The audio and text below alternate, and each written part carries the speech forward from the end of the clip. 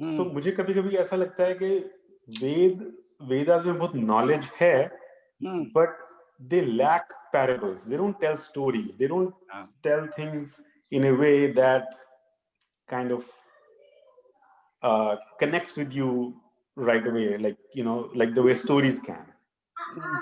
Yeah, that's why, and Sandeep, that's why the epics, the Mahabharata, Ramayana, that's why they were created to bridge that gap essentially. And that's why, if you say, I mean, हम अपने culture में सुनते हैं कि रामायण सी कोई कथा नहीं, और Mahabharata, there are such powerful stories, and that's I think that's what they try to do in their own way, because you see the mantras coming in, you see the examples coming in those epics. So I think that's how, and that's been the culture. The thing is, if you get to the Vedas, that's not what you will get, because the purpose is different. That's the only thing. To your point, and I think about the same thing, that you put it in stories or real world examples, that would be so amazing. But the thing is, when they were creating the Vedas, I mean, they wanted to put everything into a few books, which is kind of impossible, right? So they had to be at a different level in terms of how they're talking. So the purpose was different. But then over a period, I think the next generation of rishis, and they realized that no, we need to percolate it down. There are other things or other ways we need to use. So that's how I think the chronology of the Granths, how they must have emerged. I think we so. have Kavita ji joining us. नमस्ते कविता जी, आप unmute कर लें आपको अपने। हाँ, मैं unmute ही हूँ। हाँ जी, हाँ जी कविता जी, हमने वो विद्या अविद्या के 3 मंत्रों की चर्चा की, आप कुछ उस विषय में कहना चाहेंगे तो that would be very nice,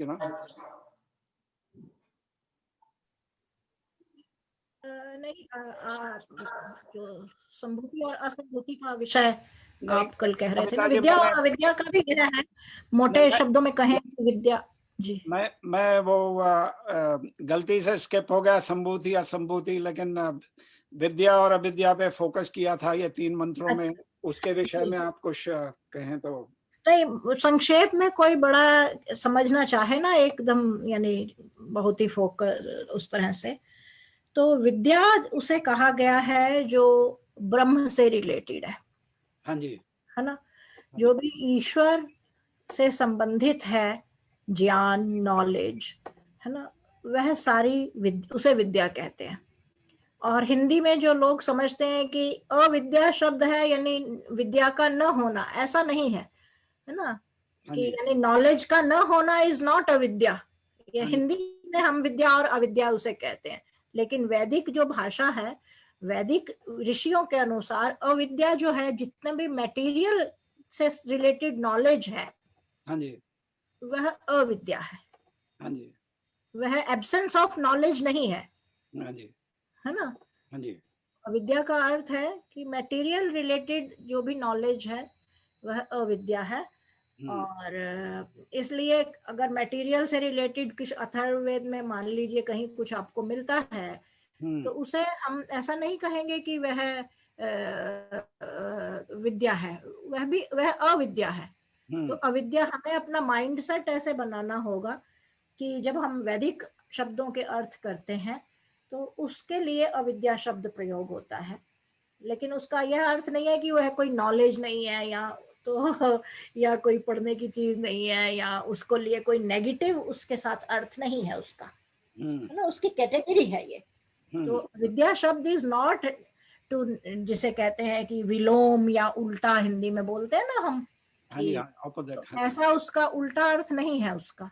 उसका 2 अलग अलग कैटेगरीज हैं, जो ब्रह्म से रिलेटेड अध्यात्म इत्यादि, जीवन संसार कैसे चलता है, कर्म फल है, जितने भी ये जीवन से रिलेटेड, ईश्वर से रिलेटेड जितनी भी आपको ईश्वर ने सृष्टि कैसे बनाई, किस प्रकार संचालित करता है, किस प्रकार कर्मों के फल देता है, किस प्रकार न्याय व्यवस्था करता है, जगत कैसे रचा, है ना, जगत का सिस्टम। तो ये सारी चीजें कैसे चलाता है, तो ये सारी चीजें जब हम ईश्वर से रिलेटेड जितनी भी नॉलेज है वह सारी ब्रह्म विद्या को विद्या कहा गया है, उसकी कैटेगरी का नाम है विद्या। और विद्या शब्द असल में बना है विद जाने, संस्कृत में जो रूट्स होते हैं ना, हर शब्द का एक रूट है। जैसे जगत शब्द है, इसमें 3 शब्द हैं जगत शब्द में, जन्म देना, गति देना, है ना, और इस तरह से। तो हर जो विद्या शब्द है इसे संस्कृत में शब्द कहा, रूट के लिए शब्द आता है धातु, कि कौन सी धातु है, तो धातुओं के अर्थ दिए गए हैं। जैसे संबंध शब्द है, संबंध शब्द संबंध में भी आता है और बंधन में भी वही शब्द आता है ना। तो वो बंध शब्द आता है बांधने, जिसको हिंदी में बांधना कहते हैं। तो वह बंधन के लिए भी हो सकता है यदि आपने खाली बांधा है, लेकिन एक सम्यक पूर्वक जब बंधन होता है तो उसे, जैसे विवाह में आप बांध देते हैं एक दूसरे को, हम करते हैं गांठ बांध देते हैं, तो गांठ बांधने को असल में होता है कि हृदय को हृदय से, परिवार को परिवार से, वो है जब बंधन बंध जाता है आपस में, तो फिर वह, क्योंकि वह सम्यक बंधन है, धर्म पूर्वक, विचार पूर्वक, गुण कर्म स्वभाव का निर्णय करने के बाद, है ना, उसको सदा के लिए निभाने का वचन देने के साथ वह बंधन बांधा जाता है। इसलिए उसे हम संबंध कहते हैं, कि संबंध हो जाता है, फिर संबंधी हो जाते हैं। उसी को, संबंधी को ही हिंदी में फिर समधि कहा गया, है ना। वो धीरे धीरे भाषा बदलती जाती है, समधि है, समधिन है, क्योंकि वो संबंध के कारण, उस संबंध के कारण उनसे हमारा रिश्ता जुड़ा है, नाता जुड़ा है। तो ऐसा नहीं है कि वो रक्त के कारण कोई हमारे साथी थे या परिवार थे, तो लेकिन एक धर्म पूर्वक, विचार पूर्वक 2 परिवारों ने एक संबंध बनाया, इसलिए वे संबंधी हो गए। तो इस तरह से संस्कृत में हर एक शब्द की एक रूट होती है, जिसे कहते हैं धातु। तो जब हम महाभाष्यकार के पास जाते हैं और फिर पाणिनि के पास जाते हैं, तो उन्होंने हर प्रत्येक शब्द की, संस्कृत के लाखों शब्द हैं, हर एक शब्द कहाँ से बना, कैसे बना, उसका रूट, उसकी धातु कौन सी है, वहां से हम पता करते हैं। और वही निरुक्त और निघंटु इत्यादि जब हम पढ़ते हैं, महाभाष्य पढ़ते हैं, तब हमें पता चलता है ये शब्द कैसे बना होगा। तो वेद के इस शब्द के यही विशेषता थी। जैसे हम कह रहे थे कि जब ऋषि दयानंद विरजानंद के पास गए, विरजानंद ने ऋषि दयानंद को वेद नहीं पढ़ाए थे, उन्होंने, यही डिफरेंस है जो संस्कृत वालों ने, जो जैसे सायण, महीधर और उव्वट आदि ने जो भाष्य किए, वेद के तो मंत्र वही है, लेकिन मैक्स मुलर ने किए और इन्होंने कहा वो गडरियों के गीत है, क्योंकि वो एक दूसरी चाबी लेकर उसे खोलना चाह रहे थे, और उससे जो खुला वो लौकिक संस्कृत, इसलिए वेद की भाषा अलग है और संस्कृत अलग है। वेद की भाषा के 10 लकार होते हैं, संस्कृत उसकी आधी है। तो जो लोग बोलचाल में कह देते हैं वेद संस्कृत में, ऐसा नहीं है, संस्कृत है लेकिन उसमें 10 लकार हैं। संस्कृत जिसे हम जानते हैं वह संस्कृत उस वेद की भाषा की, इसलिए वेद की भाषा को देववाणी कहा गया है। एक तो इसलिए क्योंकि ईश्वर द्वारा प्रदत्त ज्ञान है, वो किसी मनुष्य की भाषा नहीं है। मनुष्यों की जो भाषा हुई वह संस्कृत हुई, लेकिन जो वेदों की भाषा है, जो वेदों में की जो भाषा है वह देववाणी है, वह संस्कृत से डबल है। उसमें 10 लकार है, संस्कृत में 5 लकार होते हैं। और फिर संस्कृत में भी क्या है कि हर किसी शब्द का अर्थ देखना है। यदि आप लौकिक संस्कृत से, जो लघु सिद्धांत, कौमुदी आदि है, इस व्याकरण से 2 तरह के ग्रामर हैं। एक तो जो मनुष्यों ने जो अपना ग्रामर बनाया अपनी बोलचाल की भाषा के लिए, उसे अनार्ष विधि हम इसीलिए कहते हैं। सभी लोग वेदों के अर्थ जो है मंत्रों का, उससे खोलते हैं, उस ग्रामर को अप्लाई करते हैं और समझते हैं इसका यह अर्थ है। इसीलिए वेद मंत्रों को गडरियों के गीत मान लिया गया, क्योंकि वो सही अर्थ उसका पता ही नहीं लगा उन्हें। तो विरजानंद ने वही चाबी दयानंद को दी कि जो आर्ष पद्धति है, जो पाणिनि वाली ग्रामर से खुलती है, है ना। तो उससे क्या हुआ कि एक आर्ष पद्धति से जब ऋषि दयानंद ने मंत्रों को खोला, तो तब उनके अर्थ सही प्रचारित हुए। इसीलिए दयानंद को हम कहते हैं कि बैक टू द वेदास, वे हमें वापस में असल में ले गए। नहीं तो वेदों को तो ऐसे मान लिया गया था कि सायण, महीधर, उव्वट और इन सब लोगों ने जितने भाष्य किए वे बहुत ही अजीब तरह के भाष्य थे और बहुत ही गड़बड़ियां थी उनमें, और उससे तो यानी वेदों का अनर्थ हो गया था पूरा। तो वेदों के हर शब्द का एक, पहली बात, 2 बातें हर शब्द के समय ध्यान रखनी चाहिए। यही दयानंद की, इसीलिए कहते हैं, दयानंद को सब लोग कहते हैं वो मैंने पिछली बार जब आपके दिवाली कार्यक्रम था यही कहा था, नहीं उससे पहले कार्यक्रम में कहा था कि दयानंद को लोग सोशल एक्टिविस्ट, सोशल वर्कर या समाज सुधारक, है ना, इस तरह की बातें लोग हाईलाइट करते हैं। बड़े बड़े आर्य समाज के सम्मेलनों में भी आप जाइए तो सभी लोग यही सब बातें करते हैं कि दयानंद ने ऐसा किया वैसा किया। लेकिन दयानंद का सबसे बड़ी जो कृपा है मनुष्य जाति पर वह यह है कि, और वह कृपा भी संभव हुई गुरु विरजानंद के कारण, क्योंकि गुरु विरजानंद ने उस समय धरती में कोई ऐसा व्यक्ति था नहीं जो आर्ष विधि का जानने वाला हो। गुरु विरजानंद के पास वह कुंजी थी और वह उन्होंने व्याकरण पढ़ाई थी उन्हें, और वह व्याकरण इतनी सिस्टमेटिक है जो आज भी गुरुकुलों में जो पढ़ते हैं, महाभाष्य इत्यादि पढ़ते हैं, पाणिनि को पढ़ते हैं, तो वे जानते हैं कि उस ग्रामर को हम वेद मंत्रों को खोलते हैं जो हमें अर्थ पता लगते हैं, तो उसके अनुसार यह जो विद धातु है ना, ये तो संस्कृत, सामान्य संस्कृत जानने वाला भी है, वेद शब्द ही वहीं से आया है। विद का अर्थ होता है विद ज्ञाने, जहाँ ज्ञान की बात होती है, जानकारी, ज्ञान शब्द से ही हिंदी का जानकारी शब्द बना, तो जहाँ, और तो वहीं से विद्या शब्द बना है ना, विद धातु से ही विद्या शब्द बना है, यानी जहाँ से ज्ञान आ रहा है, जिसमें ज्ञान है। अब यह ज्ञान दो प्रकार का है, वेद कहता है यह विद्या दो प्रकार की है, एक लौकिक विद्या है ना, और एक जिसे कहना चाहिए अध्यात्म, ईश्वर से संबंधित विद्या। तो वेदों में ये दोनों प्रकार की विद्याएं हैं। जो ईश्वर से संबंधित ज्ञान है, विद्या है, उस विद्या के लिए विद्या शब्द आया है। जो भौतिक और लौकिक पदार्थों की, जगत के पदार्थों की है, और वेदों में, अभी मैं सुन रही थी संदीप जी कह रहे थे कि वेदों में कथाएं नहीं है, क्योंकि वेदों में इतिहास नहीं है। वेद सृष्टि के प्रारंभ में आए, जो समाधि और उपासना में जब 4 ऋषियों के नाम हैं, अग्नि, वायु, आदित्य और अंगिरा, ये चारों ऋषियों को समाधि अवस्था में ईश्वर, नहीं तो आप देखेंगे आजकल जो मनुष्य इतिहास है, वहां तो ये कहते हैं कि अरे धरती पर जो मनुष्य आए वो तो आदि मानव था, उसको तो ये ऐसा नहीं आता था, वो नहीं था, उसने कृषि ऐसे की। हम ऐसा नहीं मानते। और फिर कहते हैं भाषा मनुष्य ने गढ़ी। तो ये सारी चीजें जब आप ये समझ जाते हैं, जो वैदिक व्यू है कि भाषा, मनुष्य ने भाषा का आविष्कार नहीं किया, भाषा को ईश्वर ने देकर भेजा, देव भाषा है ना। जैसे नदी जब चलती है ऊपर से, तो नदी बहुत पवित्र शुद्ध जल होता है, धीरे धीरे धीरे धीरे।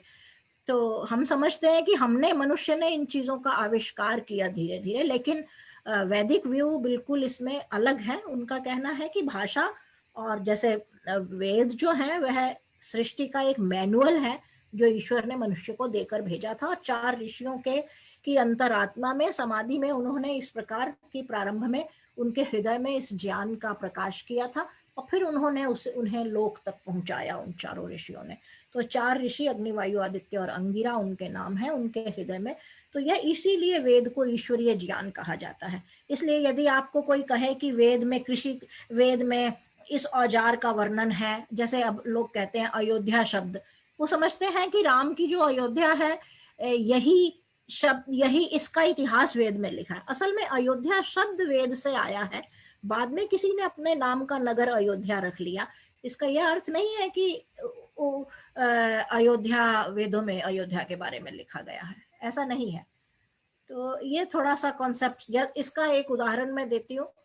जैसे कि कोई अपने बेटे का नाम सूर्य रख ले, है ना। मान लीजिए मैंने अपने पुत्र का नाम सूर्य रख दिया, और फिर एक दिन हमने जाना कि यह सूर्य जो दिखाई देता है, इसको देखकर हमने नाम सूर्य रख दिया। और एक दिन वेद में मंत्र आए, आप पढ़े कि सूर्य ज्योति अग्नि, सूर्य ज्योति ज्योति अग्नि स्वाहा, जैसे हम पढ़ते हैं, कोई सुने उस मंत्र को और कहे कि अरे मेरे बेटे के बारे में तो वेदों में भी लिखा हुआ है ना। असल में आपके बेटे की हिस्ट्री वेद में नहीं लिखी, आपने जो ये शब्द लिया है यह वेद की भाषा से शब्द आया। तो इसी प्रकार जब संसार में मनुष्य को ईश्वर ने वह मैनुअल दिया, और मनुष्य ने देखा, ऋषियों ने बताया कि यह सूर्य के ये अर्थ होते हैं। अब मनुष्य ने देखा कि इनमें से एक अर्थ है जो सूर्य जो दिखाई दे रहा है, इसमें ऊर्जा है, अग्नि है, तो उन्होंने इसका नाम सूर्य रख दिया। उन्होंने गाय, यहाँ पर यह भी बात समझनी होगी, जैसे वेद में एक मंत्र आता है, उसमें ऋषि कहता है, यानी जो जिन ऋषियों ने बताया उसमें तो कहना चाहिए कि असल में ईश्वर का आदेश है कि यह जो वहां गौ शब्द आता है, लोग उससे मांसाहार और गौ हत्या सिद्ध करते हैं कि वेदों में गौ हत्या की बात की गई है। तो उसमें आता है कि यह जो गौ है, इसे जो धारदार एक है तुम्हारे पास यंत्र, उससे चीरो और इसके भीतर से जो भी तुम्हें प्राप्त होता है उसका भोग करो, आप सब मिल बांट कर खाओ। तो असल में गौ शब्द जो है, गौ की जो धातु है ना, उसके 6-8 अर्थ हैं। इसीलिए हमें धातु शब्द मैंने विद्या से इसलिए शुरू किया, यानी ये रूट क्या है। तो गौ शब्द का जो वैदिक अर्थ है उसके 6-8 अर्थ हैं। उनमें से पहला सबसे मुख्य अर्थ है पृथ्वी, धरती, है ना। लेकिन जब मनुष्यों ने गौ शब्द जो है धरती के लिए, उसने धरती को भी गौ कहा जाता है, लेकिन मनुष्यों ने गौ, हमने ये जो काऊ जिसको कहते हैं, काऊ शब्द भी अंग्रेजी का गौ से ही बना है ना। गौ को ही इंग्लिश वाले काऊ बोलने लग गए।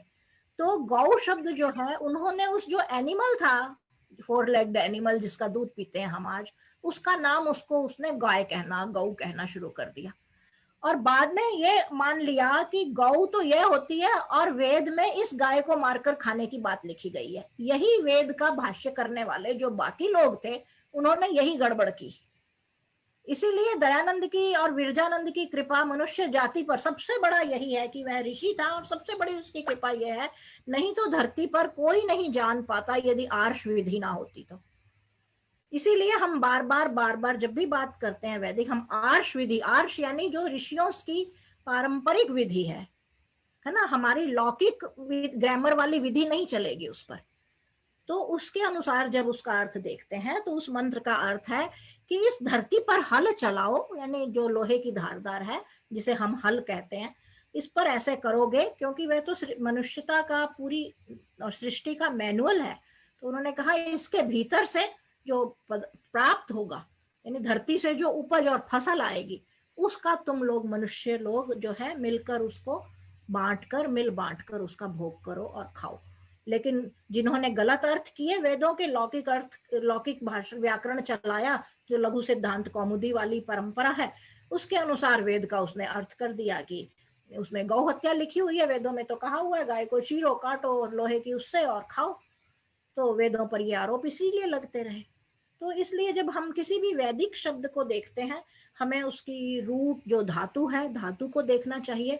इसीलिए वेदों के वेदार्थ की 3 प्रकार से उसके अर्थ होते हैं, तो उसमें हम डिटेल में नहीं जाएंगे।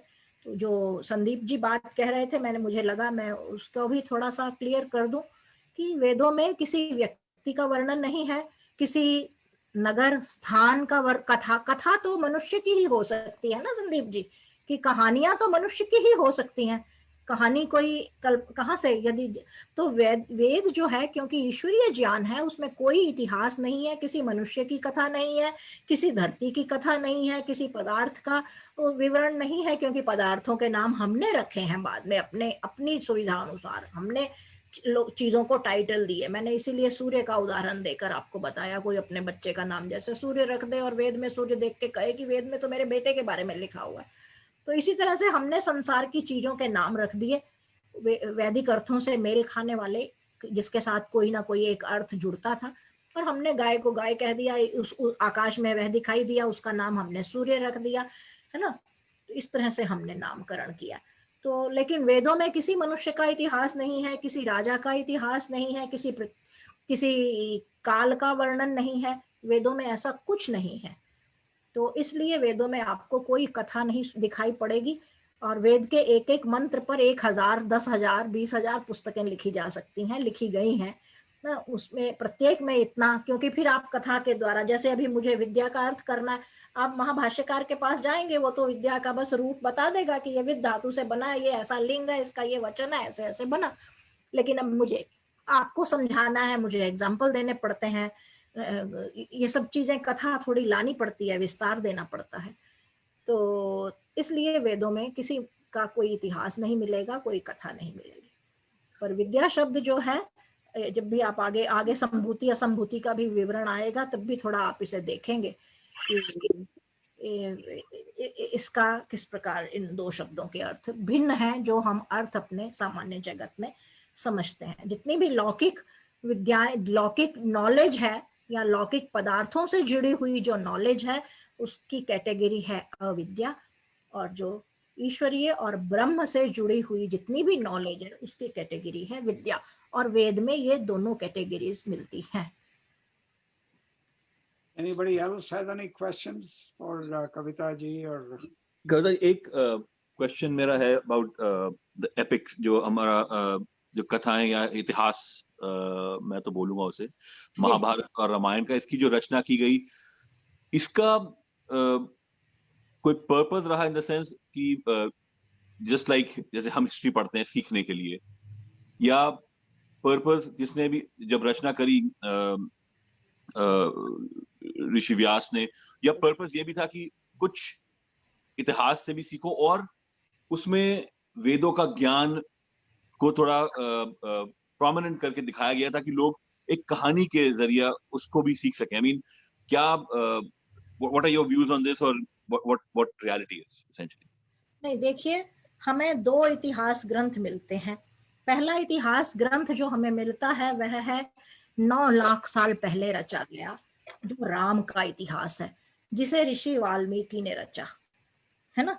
क्योंकि और आजकल हम, आपको शायद जानकारी न हो, हर शनिवार को, अभी अभी क्लास समाप्त हुई है, मैं और आचार्य जी 3 लैंग्वेजेस में वाल्मीकि रामायण का 1 घंटे का सेशन देते हैं हर शनिवार को। तो फेसबुक पर भी होता है, आप चाहें तो उसे शुरू से सुनिए। हर Saturday morning central time 8 to 9 होता है, वो आपका टाइम 9 to 10 हो गया। तो उसमें हमने उसे आप सुनेंगे, उसको हर व्यक्ति को जानना सुनना चाहिए, क्योंकि वह धरती पर मनुष्य का सबसे पहला इतिहास है।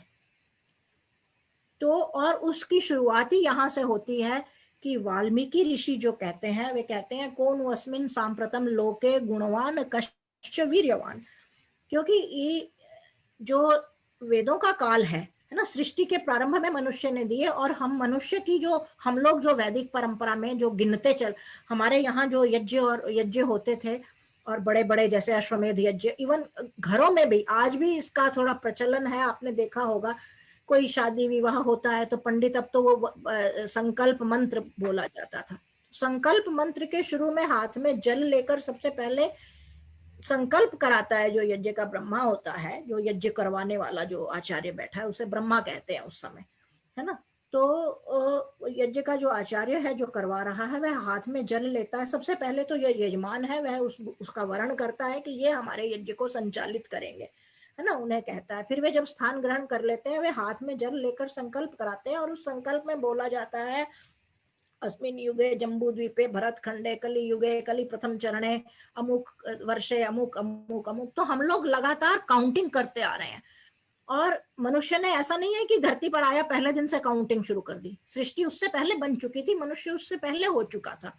जिस दिन हमने काउंटिंग शुरू की उस तारीख से लेकर आज के दिन तक, और ये रोज हम काउंटिंग करते हैं, अब तक 1 अरब 97 करोड़ वर्ष हो चुके हैं इस चीज को, है ना। ये पश्चिमी जगत से जब आप आते हैं, जैसे अब मैं आपको कहूं कि कैसे आपको पता कि आज 2020 का दिसंबर की यह तिथि है, आपने तो देखा नहीं कि किस दिन किसने काउंटिंग शुरू की, है ना, लेकिन आप गिनते चले आ रहे हैं एक एक दिन। तो इसी तरह से भारतीय जो संस्कृति है उसमें ऋषि प्रतिदिन काउंटिंग करते थे, और काउंटिंग ही नहीं करते थे, यह भी बताते थे कि इस धरती के इस खंड में, इस महाद्वीप पर बैठा हुआ अमुक देश में अमुक है, अमुक व्यक्ति, अमुक तिथि, अमुक महीना, ये सब बताते थे। और इस तरह से चल रहा था, और यह काउंटिंग हम करते आ रहे हैं। 1 अरब लगभग 97 करोड़ वर्ष हो चुके हैं इस चीज को। आपको हैरानी होगी। और आज दुनिया, क्योंकि आज हमें कहेंगे आप एविडेंस दिखाओ, भैया एविडेंस क्या, हम गिनते आ रहे हैं, प्रतिदिन हमारे यहाँ गिना चला जाता रहा है, तभी तो बोल रहे हैं। आप एविडेंस दिखाओ कि इस दिन शुरू हुआ था। आप 2000 साल की एविडेंस नहीं दिखा सकते हैं, है ना, 2020 साल की आप एविडेंस नहीं दिखा सकते कि कैसे हुआ उस दिन, किसने शुरू किया। तो इसकी कोई एविडेंस नहीं है हमारे पास। यही एविडेंस है कि हमारे ऋषि गिनते आए, और सृष्टि को बने हुए 1 अरब 97 करोड़ गिनती चलते हुए हो चुके हैं। ये मनुष्य का इतिहास समझ लीजिए, जब से उसने किया, ऋषियों ने गिनना शुरू किया, और सृष्टि उससे पहले बन चुकी थी। और ये सब बातें, इन सब चीजों के विवरण आप वेद मंत्रों और वैदिक वांग्मय से, दर्शनों से और इनसे पता लग जाते हैं। ब्राह्मण ग्रंथों से, उपनिषदों से। और लेकिन जो श्री राम का काल है वह 9 लाख साल पुराना है। श्री राम 9 लाख वर्ष पर पूर्व हुए थे, क्योंकि हमने युग युग बनाए, त्रेता युग, सतयुग, त्रेता युग, इस तरह से, है ना। तो किस युग के कौन सी बात हो रही है, यह भी जब हम वो वचन लेते हैं, यह भी उसमें गिना जाता है कि किस युग के कितनेवें वर्ष में, ना, कौन सी संवत चल रहा है, ये सब।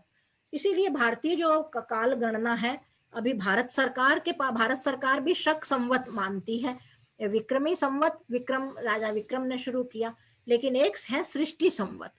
मैं सृष्टि संवत की बात कर रही हूँ। तो सृष्टि संवत लगभग हमारा अभी 1,97,000 के लगभग का कुछ चल रहा है। तो उस हिसाब से राम का जो समय है लगभग 9 लाख साल पुराना है, और महाभारत की जो रचना हुई है वह लगभग 5,500 साल पहले हुई है ना। महाभारत, राम हमारे, जिसे कहना चाहिए उससे पहले तक जो ऋषि थे, कभी मनुष्यों का इतिहास नहीं लिखा जाता था ना। हमारे यहाँ परंपरा नहीं थी मनुष्यों के बारे में लिखने की। हमारे यहाँ क्या मतलब सृष्टि में ही, वो तो चाहे अमेरिका या जहाँ जहाँ का भी मनुष्य है, तब तो शुरू में तो इसीलिए राम हम सबके पूर्वज है। आज कोई कहे कि वे भारतीयों के या हिंदुओं के पूर्वज है, ऐसा नहीं है। राम उस समय सृष्टि के प्रारंभ में, उस युग में जितने मनुष्य हुए, अब तो आप 9 लाख साल पुराना तो मनुष्यों का कितनी जनरेशन बीत चुकी है आप पता भी नहीं कर सकते। तो राम का जो समय है, उस समय तक जो ऋषि थे उन्हें यह पता लगना शुरू, क्योंकि अब वो आगे बढ़ता जा रहा है, तो उन्होंने देखना शुरू कर दिया था कि धरती पर तरह तरह के मनुष्य हो। उससे पहले तक तो सारी सृष्टि एक प्रकार से, आप वाल्मीकि की रामायण पढ़ेंगे, उसमें सोसाइटी कैसी है आप देखकर हैरान हो जाएंगे। ऐसा नहीं है कि राम ही अपने युग में कोई एक महापुरुष थे और राम ही बहुत चरित्र, वहां तो हर मनुष्य कहते हैं कि धर्म के 10 लक्षणों पर खरा उतरने वाला व्यक्ति है। पूरा का पूरा समाज, कोई विरला ही होता था जो बिल्कुल अलग तरह का होता था। तो इसलिए जो वाल्मीकि हैं, वाल्मीकि को लगा कि अब मनुष्य का ऐसे धीरे धीरे इस तरह के मनुष्य आ रहे हैं, और प्रेरणा देने की भावना उनकी रही होगी। और आप शुरू का वो हिस्सा जरूर उसे सुनिएगा या पढ़िएगा यदि आपके लिए संभव है। तो वे कहते हैं, कौन है ऐसा जिसमें ये धर्म के 10 लक्षणों पर खरा उतरता है, फिर इतना पराक्रमी है, इतना बलशाली है, क्या कोई धरती पर ऐसा। मैं एक कथा लिखना चाहता हूँ, वाल्मीकि कहते हैं, लेकिन मैं चाहता हूँ कि कथा ऐसे मनुष्य की, क्या ऐसा कौन मनुष्य है जिसकी मैं लिखूं। तब जो नारद ऋषि हैं, वे अलग अलग राज्यों में अलग अलग उसमें घूमते रहते हैं। तो नारद कहते हैं कि हाँ एक है। कहते हैं कौन है, तो कहते हैं वो राम है, ऐसे ऐसे हैं, उनकी बाहें इतनी लंबी हैं, उनका चरित्र ऐसा है, उनका यह ऐसा है ना। तो तब वाल्मीकि कहते हैं, क्योंकि नायक जो हमारे जैसे, आज आप देखिए, आज से 150-100 साल पहले हमारे नायक कौन होते थे, शिवाजी या पटेल या इस तरह के नायक हमारे होते थे। जो सोसाइटी जितना धीरे धीरे गिरती चली जाती है, उसके जो रोल मॉडल्स होते हैं वे भी बहुत नीचे आ जाते हैं। इसलिए आज हमारे नायक कौन है, जो फिल्म वाले हैं, उन्हीं को हम हीरो बोलते हैं। तो सोसाइटी, अब आप सोचिए कि जिस सोसाइटी का रोल मॉडल, नायक, हीरो जो है राम है ना, तो वो कैसी सोसाइटी रही होगी। उसके हीरो राम है।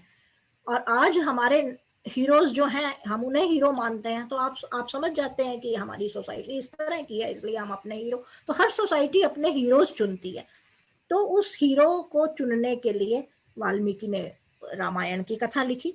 और यह बात ध्यान रखने की है कि राम का काल जो है हमारा बड़ा आदर्श का काल है ना। सारा समाज एक तरह के आदर्श में जी रहा है। लेकिन महाभारत हमारा पतन है, महाभारत हमारे पतन का इतिहास है। महाभारत पर कुछ गर्व करने वाली चीज नहीं है, क्योंकि राम में एक भाई, वो कहता है, वो राज्यों को ठोकर मार रहा है, वो कहता है अच्छा कैकई को चाहिए ठोकर मार के, मैं 14 साल जंगल में चला। भरत कहता है मुझे नहीं चाहिए राज्य, तू ठोकर मार के दे देता है ना। भाई कोई राज्य लेने को तैयार नहीं है, और भाई भाई के लिए बलिदान कर रहा है, सब जगह पूरा सारा आदर्श। लेकिन महाभारत ठीक इससे उल्टा है।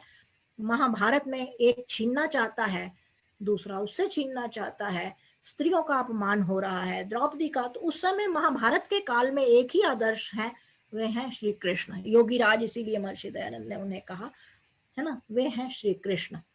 और इसीलिए सारी सृष्टि जो है ये जो पाश्चात्य सभ्यता और आज का जो मनुष्य है वह कहता है कि सारी सृष्टि, क्योंकि जब महाभारत हुआ उस समय जो हमारी पुरातन संस्कृति थी उसका अंत हो गया, मनुष्य का पतन, और सब बट गया, सब शत्रु, सब मतलब एक निकृष्ट समाज आ गया। और समाज इतना बट गया कि हमारा महाभारतीय संस्कृति जो पुरातन सभ्यता और संस्कृति थी, उसे भारतीय कहें या जो भी वैदिक संस्कृति, उसका अंत हुआ।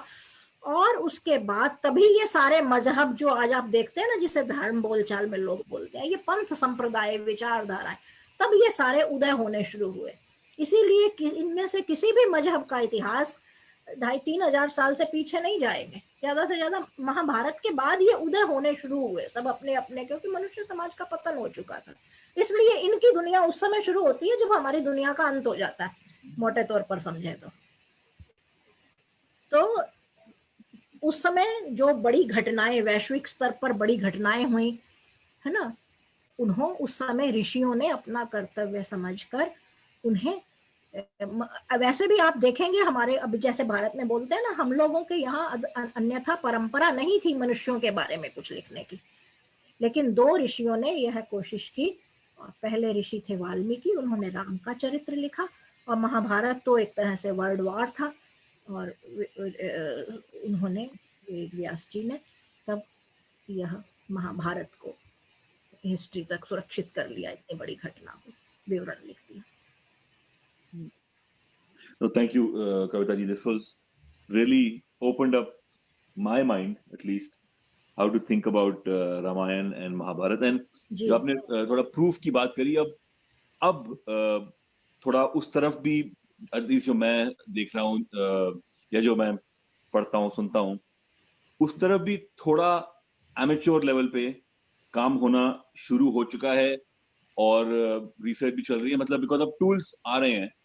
And at least what I have heard some people talking, I don't know, आप Raj Vedam, this person Houston में ही है ये शायद, and so proof आ रहे हैं वो tools, and they are saying कि जो हम बात करते हैं भारतीय सभ्यता की, civilization की कितने साल पुरानी थी, like या 3,000 साल, 3,500, ये फिगर बहुत ज्यादा पुराना है लोगों की. I mean, if we are able to prove it, लोगों, the world history will have to reorient itself, not from west to east. आपने अभी समर कैंप में और AYM में भी आचार्य जी ने जो एंशिएंट इंडियन हिस्ट्री पढ़ाई है, यदि आप उसे देखेंगे ना, आचार्य जी ने पूरी ये जो टाइमिंग है इसका पूरा बताया है, कौन सा युग कैसे किसमें क्या हुआ.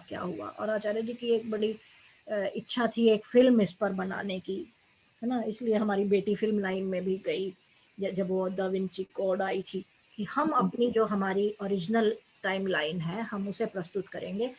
और हम जो आर्य समाज में जो पढ़ा लिखा जो वर्ग है, जो जानता है, हमने तो बचपन से ये सब जाना, इसलिए हमें ये दुनिया जो बातें करती है, अब असल में क्या है कि भारत में सरकार बदलने के बाद थोड़ा जो भारतीयता वाली चीजें हैं उसको थोड़ा सा आया है उभार, लेकिन गड़बड़ सारी यह है कि हमारा जो माइंड सेट है, आप किसी का भी बात करें, अभी बेंगलोर में एक संस्था है, उनका संस्कृत के ट्रेडिशन पर एक 3 महीने का एक उनकी सीरीज है जो चलने वाली है, आचार्य जी भी है उसमें, है ना, तो बड़े बड़े स्कॉलर्स हैं उसमें, विदेशी भारतीय ये सब.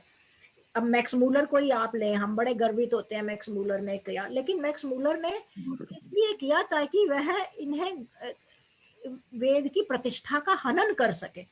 इसलिए मैक्स मूलर को हम गर्व नहीं करना चाहिए कि मैक्स मूलर ने तो वेदों को बदनाम करने के लिए उसका भाष्य किया था.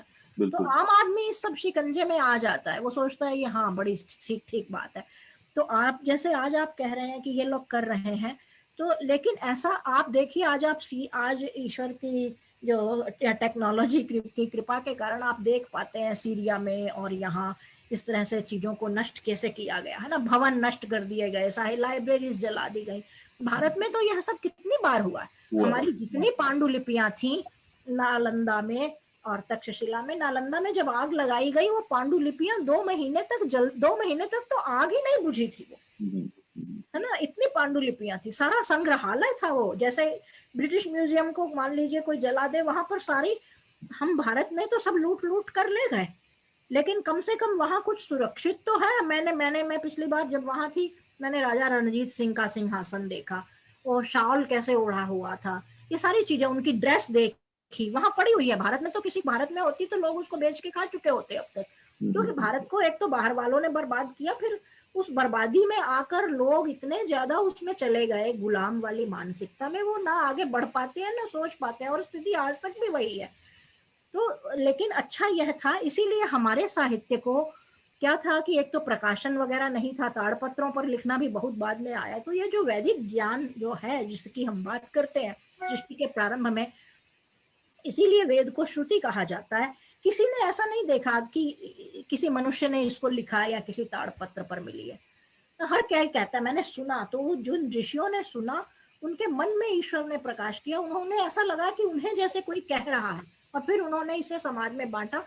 और लगातार तब से एक पीढ़ी से दूसरी पीढ़ी तक, आप दक्षिण भारत में जाएंगे, अब्बी जी को तो जानकारी है इस बात की, वहां पर वेदों में, इसलिए वेदों में मिलावट नहीं हो सकी है क्योंकि इसके 10 तरह के पाठ होते हैं, जटा पाठ, घन पाठ, है ना, कई तरह के पाठ हैं इसके, ताकि इसके कोई शब्द एक इसमें एक आता है। एक बार शास्त्रार्थ हो रहा था कि वेदों में मूर्ति पूजा है या नहीं है, तो वेद में एक प्रसंग आता है, उसका अर्थ है, उस वाक्य में कहा गया है न तस्य प्रतिमा अस्ति, यानी उसकी कोई प्रतिमा नहीं होती है।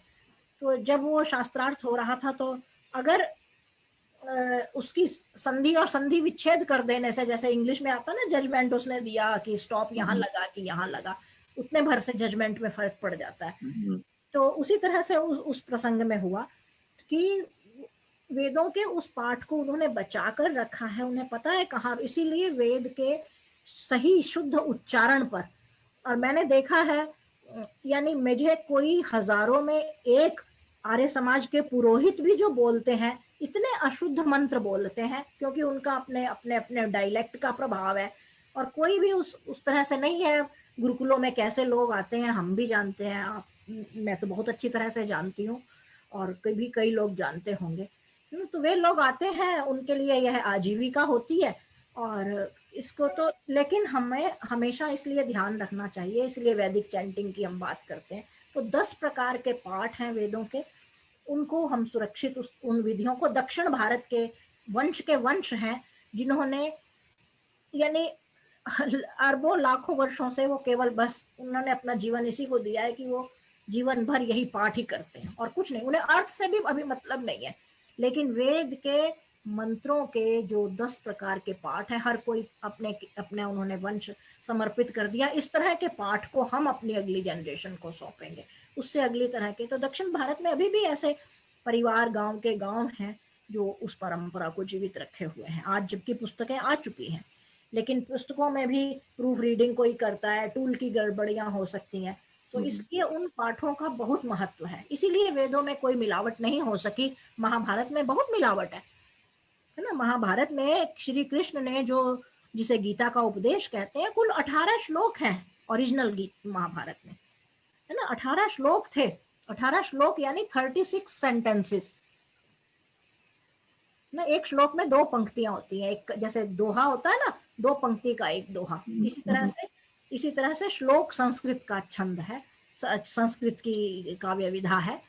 तो उसमें 2 पंक्तियां होती हैं छोटी छोटी, और उन 18 श्लोक थे, वो 18 श्लोक के देखिए 10,000 हुए, फिर 18 अध्याय हो गए हैं, कोई सीमा ही नहीं है, 30,000 हो गए हैं। तो लोग अपना मिलावट करते चले गए। रामायण में भी इसी तरह 9 लाख साल पहले वाल्मीकि ने जो लिखा, हजारों लोगों ने अपनी अपनी भाषा में उसे कहा, है ना, और सबने अपनी अपनी तरह से कथा कही, और हमारी ओरिजिनल चीजें जला दी गई थी। किसी को कुछ याद रहा, किसी को कुछ याद रहा, उसने अपनी तरह से कुछ रच डाला, तो मिलावट होती चली गई। तो जो लोग आर्य समाज में, जैसे हम बचपन से आए हैं, हमारे पास, हमारे दिमाग में ये जाले नहीं होते कि हमें कोई एविडेंस देगा कोई, ये हमने शुरू से पढ़ा, हजारों पुस्तकें वैदिक विद्वानों की इस पर ऑलरेडी विद्यमान है। तो जो अभी इंटरनेट की दुनिया में जिन्होंने थोड़ा इस तरह से जानना शुरू किया, उन्हें लगता है ये शायद कुछ नई चीज शुरू होने वाली है या हो रही है। तो मैं मुझे कहना नहीं चाहिए क्योंकि मैं कर रही हूँ, पर आप प्लीज यदि चाहे, आपकी रुचि हो, क्योंकि हम फेसबुक पर भी लाइव होते हैं तो बाद में भी आप कभी सुन सकते हैं। आप एटलीस्ट उस रामायण को आप सुनने की कोशिश कीजिए, तो आपको पता लगेगा कि ऋषि वाल्मीकि ने उस समय के समाज का कैसा वर्णन किया है। इसलिए हम आर्य समाज, हम कोई ऐसा नहीं है दयानंद ने इसीलिए लिखा मेरी मूर्ति नहीं बनाना, मुझे कुछ नहीं। हम दयानंद को अपना इसलिए नहीं मानते हैं कि दयानंद कोई हमारे आराध्य है, क्योंकि दयानंद ने पूरी मानव सभ्यता पर पूरी उस पर ऐसी कृपा की है, पर उसके बावजूद हम दयानंद की इस कृपा को मानते हैं। लेकिन दयानंद ने कहा कि आप वेदों के पास जाइए, हम इसलिए उस वैदिक इतिहास के प्रति हमें उसकी ब्यूटी पता है, हमें उसकी खासियत पता है, ये चीज है। और जो आर्य समाज में हम इसीलिए बार बार कहते हैं कि द मोस्ट साइंटिफिक, मतलब आपको आचार्य जी का अगर आपने सुना है कि हम धर्म, जिसे आपका बोलचाल में धर्म कहा जाता है, Arya Samaj is not a religion. हम साइंस वाले मजहब रिलीजियन के पास नहीं है। हमने टेम्पल नाम रखना शुरू कर दिया आर्य समाजों का। हम साइंस के, वैदिक धर्म जो है वो साइंस कम्युनिटी के ज्यादा पास है। हम साइंटिफिक वो चीज है, साइंटिफिक फैक्चुअल नॉलेज की हम बात करते हैं तो हम साइंस वालों के करीब है, हम साइंस की कम्युनिटी है एक्चुअली, नॉट हम कोई रिलीजियस कम्युनिटी है। तो आर्य समाज को ये माना जाता है, आजकल की ये पूजा पद्धति की बात है, जैसे टेम्पल नाम दे दिया और मजहब जैसा मान लिया गया हिंदू धर्म का, ऐसा नहीं है। तो वैदिक जो है वह बिल्कुल चीज अलग है। जब आपके बच्चे इसमें आएंगे तो सारे ऐसे लगता है कि सारे जाले खुल जाते हैं, आपको दुनिया का सब कुछ एक नया तरह से दुनिया दिखाई देती है। और जिसके जब वो आ जाएगा जिसके पास, इसीलिए आज भी देखिए हिंदू धर्म का, क्योंकि जो हिंदू मजहब कहना चाहिए उसे, तो इसीलिए हम उन्हें नहीं कहते हैं क्योंकि उसका ओरिजिन एक्चुअली वैदिक है। इसीलिए आज भी देखिए सारे देशों की सभ्यता मिट गई, ये हो गया वो हो गया, है ना, सब कुछ है। लेकिन हम इन्हें जल्दी खत्म करना आसान नहीं है, ये धरती पर किसी ना किसी, क्योंकि इनके पास वो सारी फैक्चुअल नॉलेज है, उसका कहीं ना कहीं थोड़ा सा अंश अभी भी बचा हुआ है हमारे समाज और हमारी संस्कृति में। प्रश्न तो बहुत सारे हैं पर समय हमारे पास नहीं है। पर आपको आवाज आ रही है मेरी? थोड़ी अलग तरह से आ रही है, बड़ी दूर से आ रही है। मैं फोन पे हूँ शायद, इसलिए मैं कह रहा था कि क्वेश्चंस तो बहुत है मेरे पास, पर हमें समय भी देखना है। बट कविता जी, एक रिक्वेस्ट थी, मतलब हमने पहले बात करी थी कि कभी एक दिन हम डिसाइड करके और टॉपिक डिसाइड करके, और ये थोड़ा हिंदू जो सिविलाइजेशन या वैदिक सिविलाइजेशन की हिस्ट्री, इसके बारे में डेफिनेटली मैं वीडियो तो मैं फेसबुक पे सर्च करूंगा, पर हमारे जो लोग इधर सब हैं, and will get more people, will get make it a bigger event. अगर थोड़ा एक आप उस पे अगर डिपेंडिंग ऑन 60 मिनट्स 90 मिनट्स अगर हम एक प्रोग्राम कर सके। नहीं, उसके लिए ना आप आचार्य जी का उस पर बहुत काम है,